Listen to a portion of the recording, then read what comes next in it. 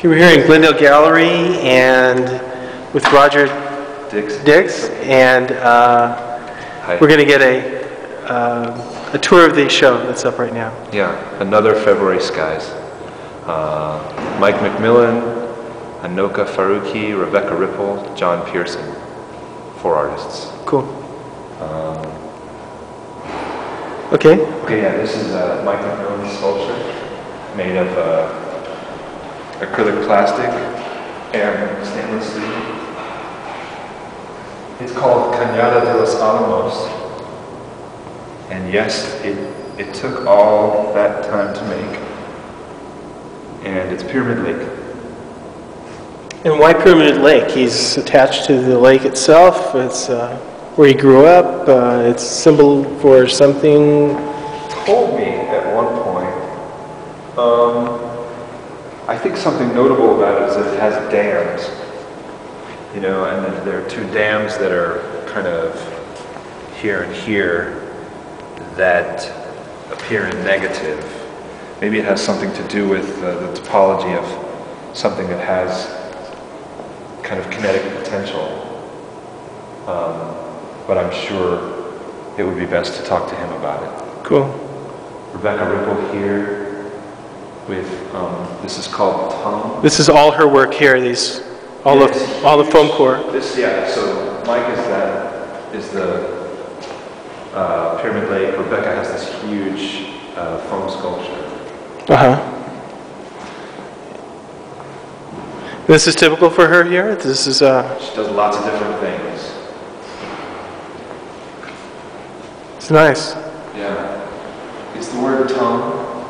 Oh, it's a word thing. It's a... Yeah, if you come over here. Okay, let's gestalt the word. Yeah, it's gestalting.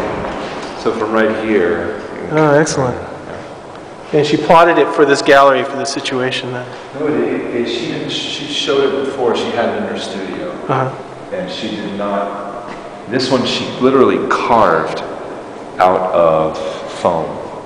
So, and I mean, I think it was in a reasonably toxic way as she was doing it. I guess a lot of fumes that come up from the hot wire, I imagine she was using, right? A lot of dust, yeah. And it looks like she's using packaging materials, right? These look like they come out of some TV set, kind of... I think she's just using a certain kind of foam that she researched and so she's rounding off these edges. Sanding it down and... Wow. Yep, stacking it. It's like a snowstorm in her studio, I imagine, right? She, when she was working on the piece, she broke out in hives, she said, though. I apologize to her for letting that be known to the world. So what else we got here? Who's this?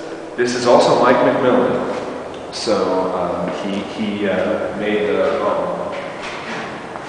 Is this the freeway access to Pyramid Lake or something like that? This one I actually know a little bit more about. This one is called Travelog TGLAC P561E7. I think it's named after the Thomas Guide, in part. And it has to do with, like, he was driving. He's a preparator and installer, so he was driving through a neighborhood, and there was a point where he kind of recognized where he was supposed to be going, and was now in this kind of neighborhood. And this is a sculpture of, let's say, the topology of the streets he was driving. And what, he was just struck with this topological thing, and he wanted to build it later on, or something like that? The journey begins here and ends here.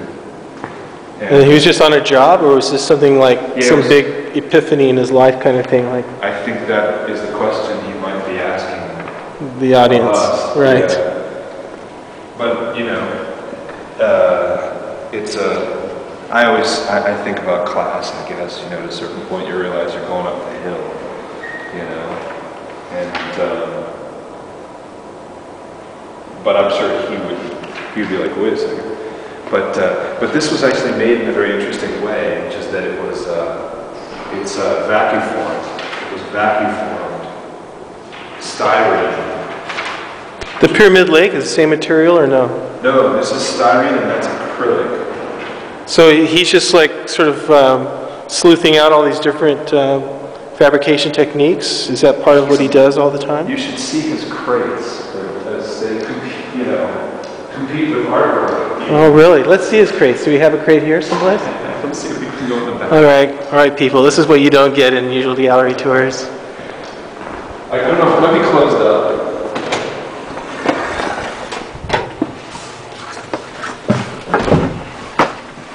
Yeah, I think it's closed. Well, that's okay. Let's just see the general. Yeah. You're seeing the interior of this crate is something Of course, like, he closed it. like well engineered, painted corners. Color coded. So the crate is sort of equivalent to the art in some way, right? The crate complements the art. I'll put it that way. In every